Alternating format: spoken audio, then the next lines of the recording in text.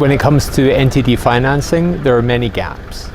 However, NTDs represent a 1.6 billion people-sized problem, and ironically, they're one of the cheaper health interventions to deliver.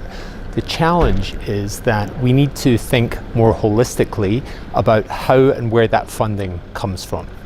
So, for example, there are several gaps when it comes to specific elements of research and development, specific elements of delivery. Certain countries are underfunded relative to the burden.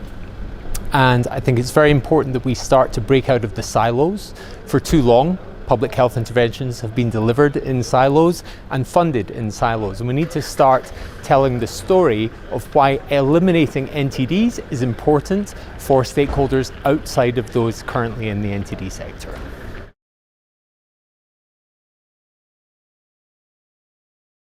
First of all, I think the term innovative financing is thrown around too much. It can mean different things to different people, and innovative doesn't have to mean complex. It doesn't have to include blockchain or AI or something that's being discussed here in Davos this week. It can simply be a new way of looking at the problem. And so as we think about innovative models for financing, it's more around, to me, what kind of collaborations can we put in place to pay more attention to these issues. NTDs are reflective of the human condition. They're prevalent in so many parts of the world. And I think for me, if we can take a community lens, a human lens, and think about what collaborations are required to best serve that community, that is going to serve us better in the long term when it comes to more sustainable financing models. I think as well, when it comes to innovations in financing for NTDs, we need to make sure that governments of endemic countries are at the heart of these conversations.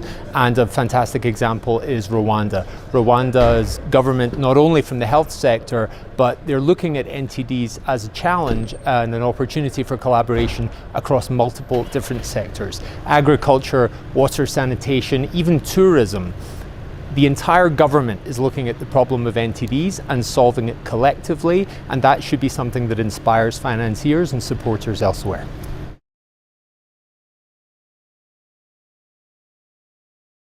First of all, from an ethical and a moral standpoint and a human standpoint, I think it's something that most people can agree on. But I think given that we're here in Davos talking about this, there's an economic imperative to eliminating disease. We can't articulate the value of the care economy accurately enough.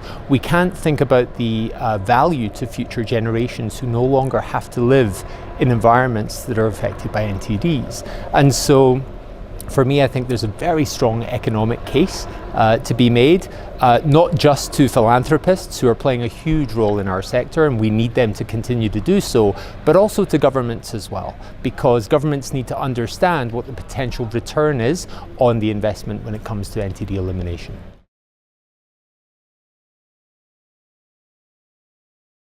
First of all, when it comes to elimination, surveillance is critical, not only to prove that elimination has actually taken place, but also make sure that it doesn't come back.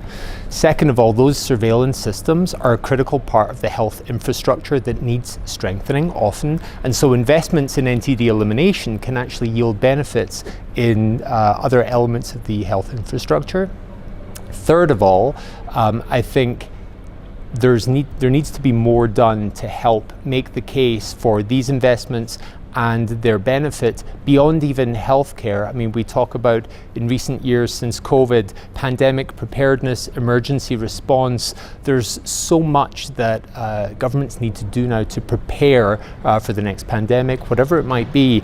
And what may seem like a relatively small investment in infrastructure for an NTDs could yield benefits throughout that entire value chain.